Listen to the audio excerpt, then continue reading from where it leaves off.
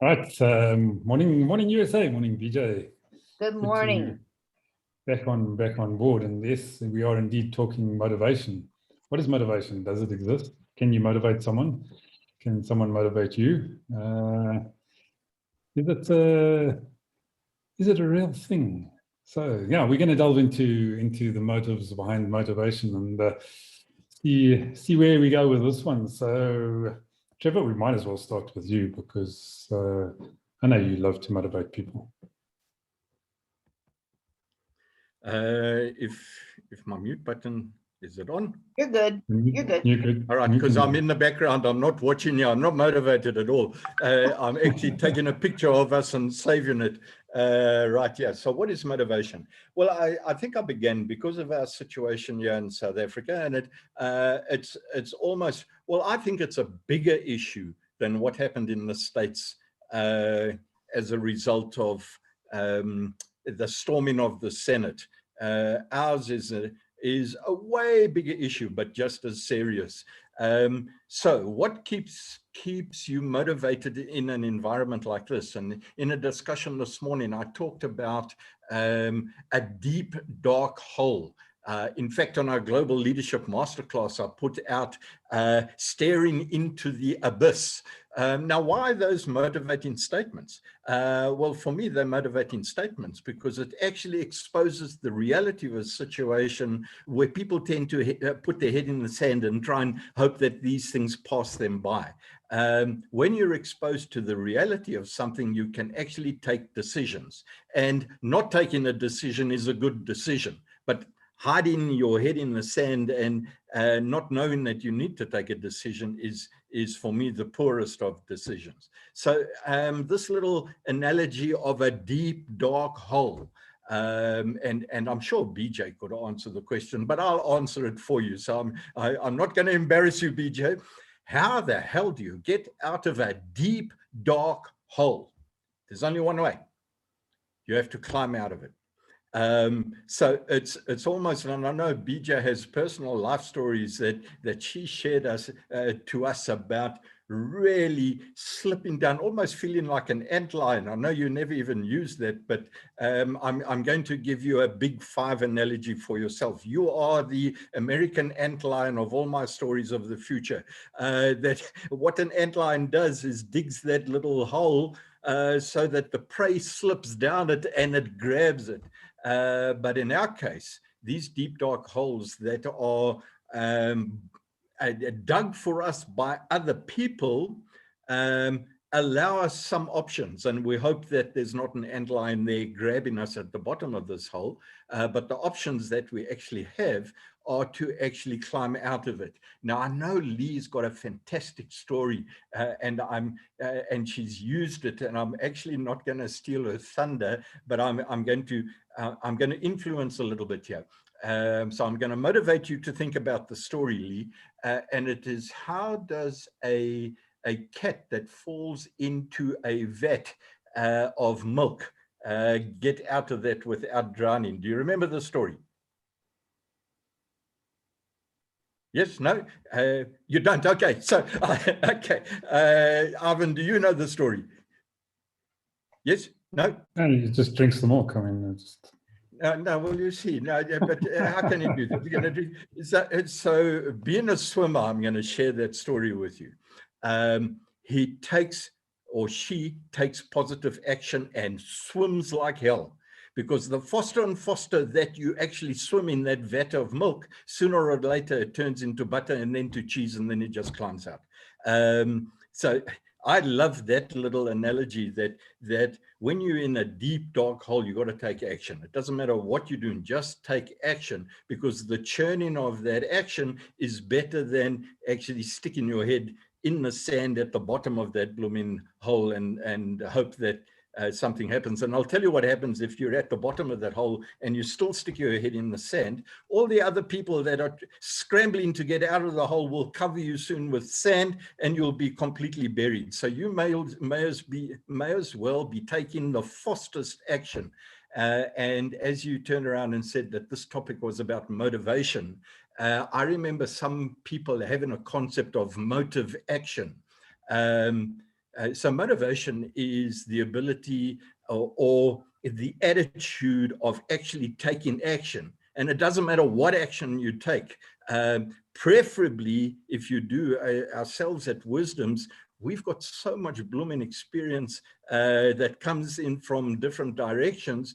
We know that taking positive action is actually the fastest way to actually get out of a deep, dark hole. And that, you know what, life is all about ups and downs, and the deepest, darkest valleys can represent a deep, dark hole. And generally, to get out of valleys means we have to climb up to the peak so that we can actually see around and see the top of the mountain. And then to get to the mountain, we have to go down into the deep valley again and climb out into the next peak. And so life goes on like that. So as we're getting into the deepest, darkest hole, it's probably the beginning of some exciting times in our life.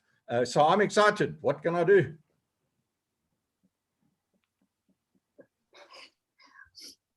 Thanks, Trevor. Yeah. He makes me laugh. He always makes me smile, and he always makes me laugh because he's just got, I don't know him all that well, but he's Neither do I. Who are you talking about? But he always comes out with a brilliant take on things, and it's marvelous. It's just marvelous. Trevor, you make me smile. How's that for a compliment? You make me smile. Good. So Trevor motivated you to smile. Well, that's Yes, he did. Good. So what do you think about motivation, DJ? It's twofold. You know, there's an old saying, if you want to see change, you got to be the change. It pays no dividends to whine and complain and gripe and mope and carry on the status quo, because you're miserable. So if the only motivation is that you're sick and tired of being sick and tired, then change it. You know, it does come from a positive mental attitude. You don't have to start in with that positive attitude. You just have to have a desire for change. And that desire can lead to a brighter, positive attitude. Because once you experience the highs, the exhilaration, and the realization that by doing something you are seeing positive, it can't not but help change your mindset and your thinking and your beliefs. On the other hand, if you're motivated to do something negative, to do something criminal, or to do something injurious to others, that's not such a good positive motivational area to go into. And I have seen actually the both sides of that. There was many years ago when I was working as a police officer, we had a gentleman, his first name was Furpo. Where the hell he got that name, I have no idea. But he was well known to the law enforcement community. And he disappeared for several years. We lost track of him. We had no idea where he went to. But he was well known for burglaries and thefts around the area. And all of a sudden, we started getting reports of vandalism and thefts of copper tubing and wiring, and air conditioning parts are being stolen right and left. And we kind of knew Furpo was back. So one evening they arrested him in the processes of burglarizing a business. And he was fine. He came, no problem, came down to the station. And as we're doing the intake and taking down all the paperwork and information, the question is name, address, Social Security number, occupation. And when it comes to occupation, he said, I'm a thief and I'm proud of it. I've worked hard to become one. So he was extremely motivated to stay a thief. So that's what he enjoyed doing in life. And I will never forget that, because that's just, that shows you that yes, it's not a great motivation as we encompass the thought of the meaning of motivation, but he was highly motivated to stay doing what he had always done his whole life. So is that a good motivation? No, not for us, but for him, that was life. That's what he enjoyed. Hopefully, and thankfully, there's not many other like that out there, but there are still people who are motivated for the wrong reasons. So it just is, you know, again, there's an old saying, you can lead a horse to water, but you can't make him drink. So if you are trying to motivate others, it's not always easy, because they have to be in the right mind.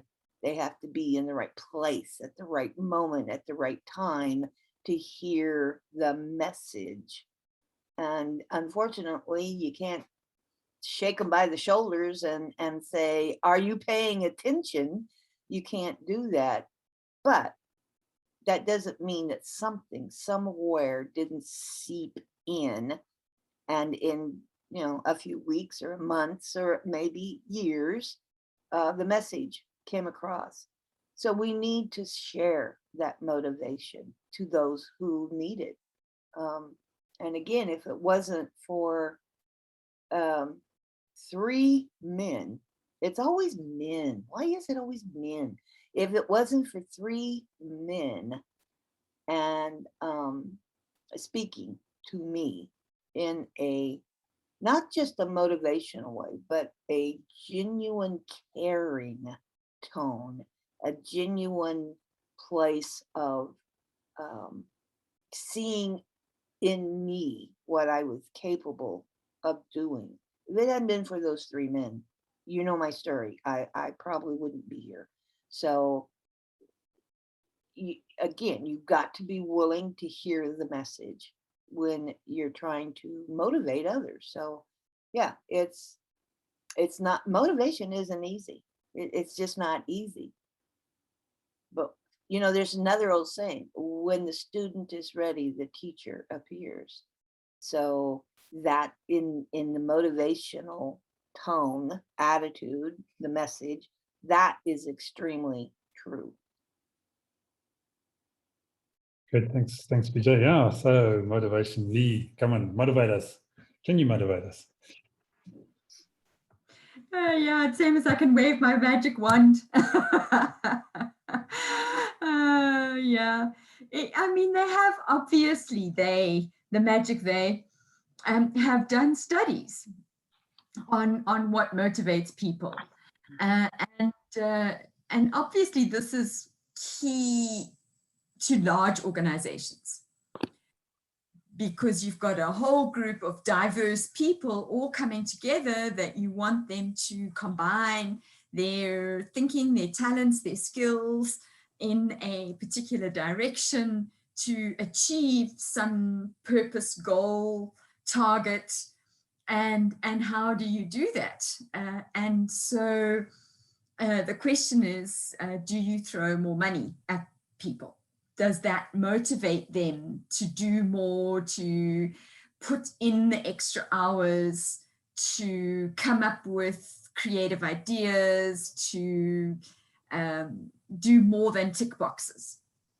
And what they've discovered is that money is a hygiene factor. They call it a hygiene factor. In other words, you need enough money to meet your needs. So it's, so long as you don't feel like you are in survival mode, so long as you are comfortable, a little bit of disposable income. So it's not just above, bread and butter. So you just want a little bit of cushion. But the extra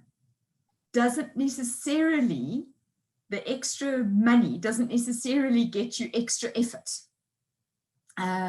So then what is it that people are looking for over and above money? It is autonomy. So I must feel that I'm independent enough to make my own choices, that I'm not being micromanaged to the point where I can't even decide. In fact, I worked for an organization when I first started my business 17, 18 years ago. Interesting that division of that business is now closed, and it's a large organization. I won't give it away, but you had to ask permission to go to the toilet in a work environment. And we don't talk about school. We're not talking about a penitentiary. We're talking about a workplace. You have to ask permission, and then you were timed. You were timed. How long was that toilet break? I mean, that kind of just not very motivating environment. And then the third thing is contribution. People want to feel that they're making a difference. And so these kinds of things that companies like Google and, that have often win these best employer of the year type awards, that's what they offer, that flexibility. They offer, many companies, or some companies offer, like Friday afternoon, come and we'll just do brainstorming session. And so those are ways that companies are trying to motivate people using those aspects. I just wanted to give that as ways of where the research has gone. Does it work? Can you that's BJ's question, is, can you really motivate people, or is it self-driven? And I think at the end of the day, I think of crowds. I watch tennis, and my daughter's boyfriend is the South African hockey coach for the women's hockey coach. So he's on his way to Japan at the moment. And so we said to him, well, there's going to be no crowds there. There's no one there cheering you on. He said, we are women's hockey. We are used to no one watching us. It's not going to affect us at all.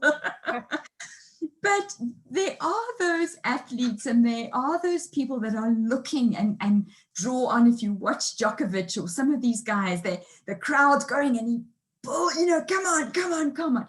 That energy that's given by the crowd is something that feeds his motivation, or his ability to do what he does.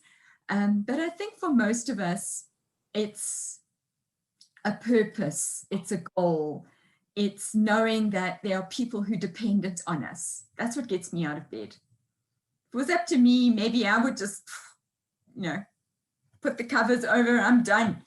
But somebody's needing me, there's something that I need to do that's related to a relationship or a job or something that has to get done. So, okay, up I get. So that's motivation for me. My favorite phrase is, it's a driving force, internal force, that actually makes you want to put your feet on the floor every morning. It's not something that you dread or something that that's going to be drudgery. It's something that inspires, motivates, it lifts you up, it gives you purpose, it gives you reason.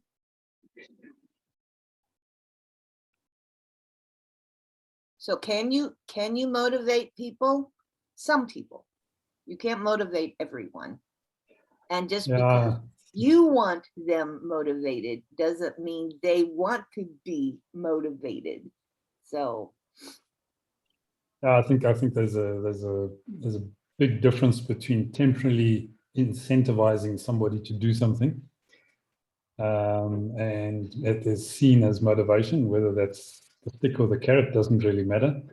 It's a temporary incentivization to get a job done, and it's transient, it doesn't last, and sometimes it doesn't even last the extent of the task that it's being used to drive and to perform. So I don't think you can motivate anybody. I only think you can motivate yourself. So I think motivation for me is very much an internal attribute, an internal mindset, an internal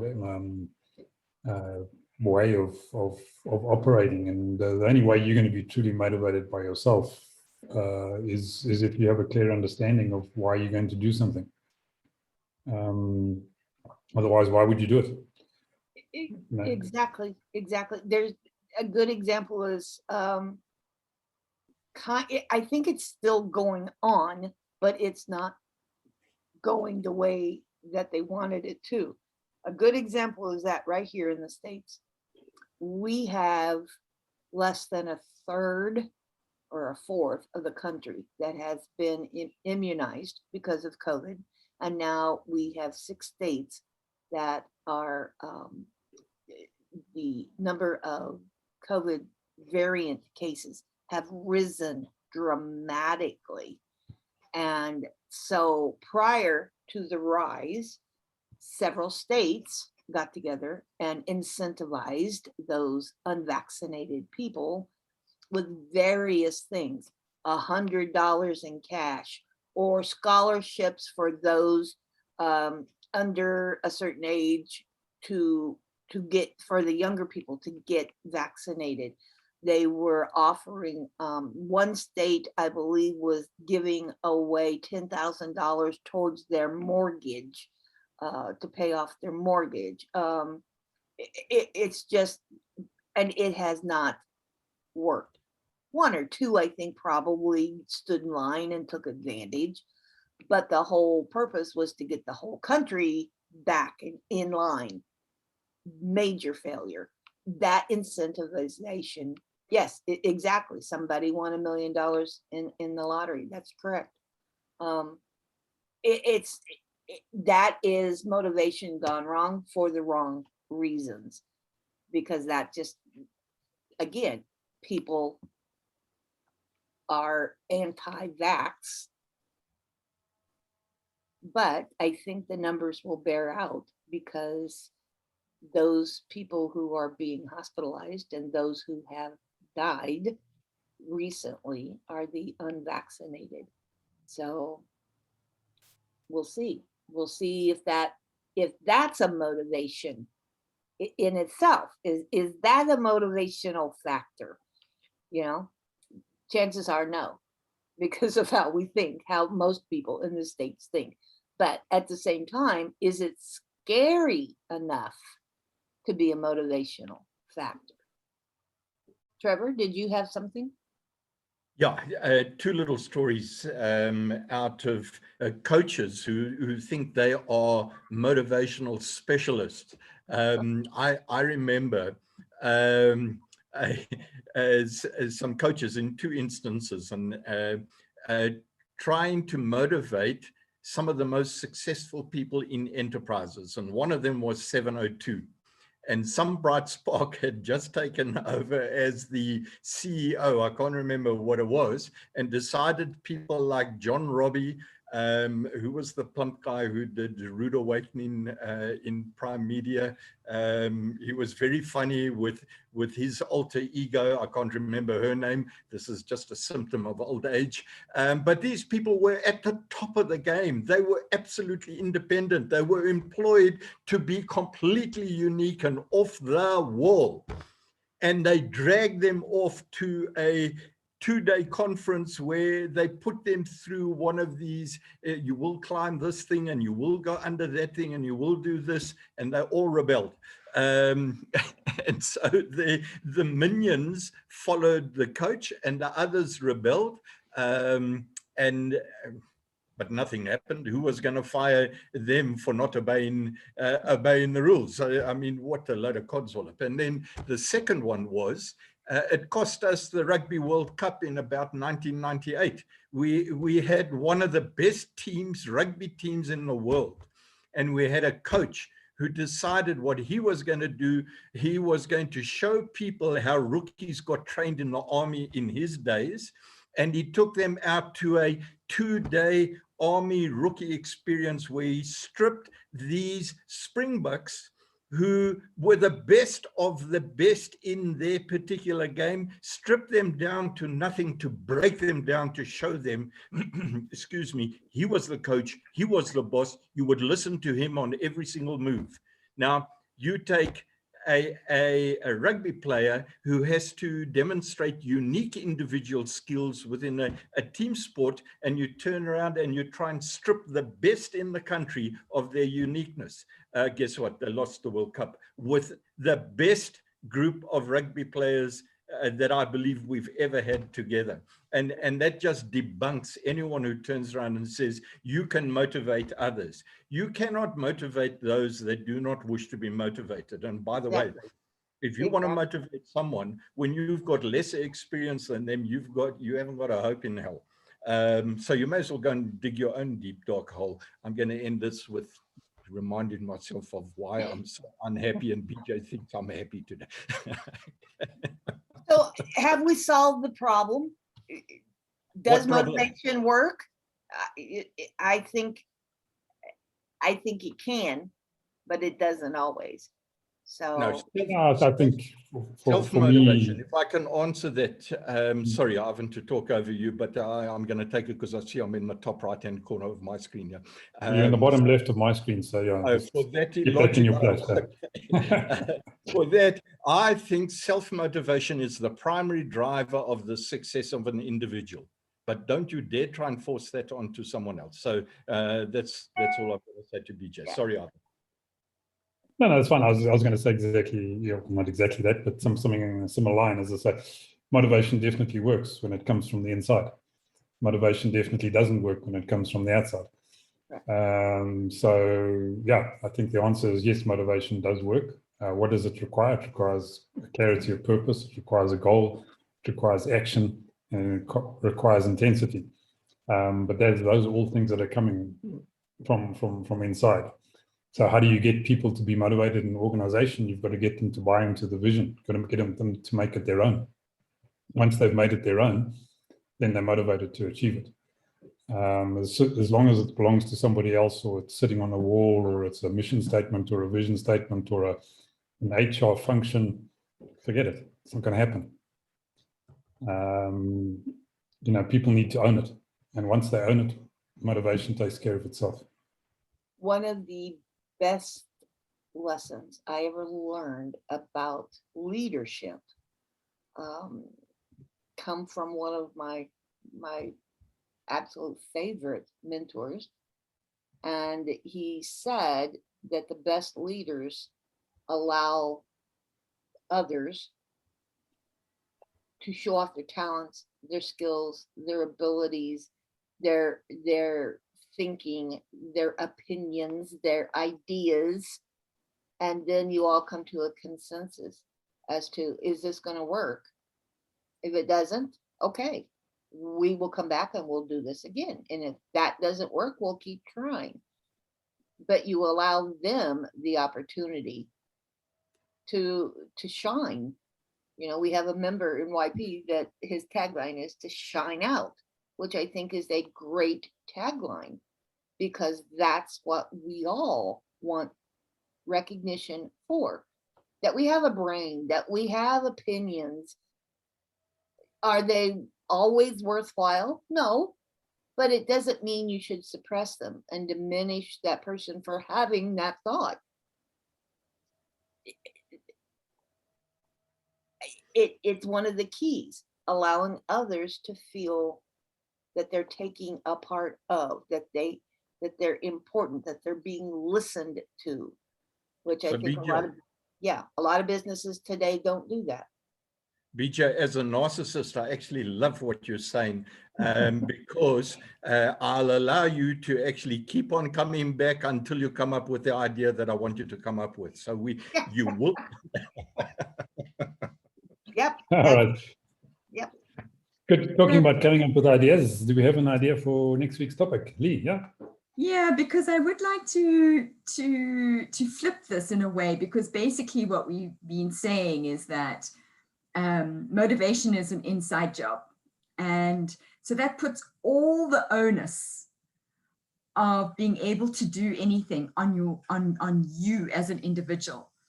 And actually what they have been finding, and again I'm going to go back to some of the reading and studies that I've been doing with social anthropologists who are looking at changing behavior, is the environment has much to do with how we see ourselves and what we think is possible, and the choices that we make, which is why advertising works, because it speaks to a part, so it motivates us in parts of us that we don't even realize. So I'd love us to talk next week about how the environment, and I don't mean nature, I mean the context and environment that we're in. How does the environment that we're in impact our choices and our behavior? Very Good. good. All right. Thanks. Thanks, Lee. Yeah, I was going to look forward to having some lions chase us around. That'll give you some motivation. That's push. That's incentive. Is that incentive? Yeah. Incentive just to run faster than the person next to you. All right. Thanks for Good. a great discussion, everybody. Thanks, Have a BJ. great week. Hope you Thanks feel so better, much. BJ. Motivation. Stay safe, everybody. Stay safe. You too. Thanks so much. Okay, bye. Alrighty. Bye-bye. Bye. Bye.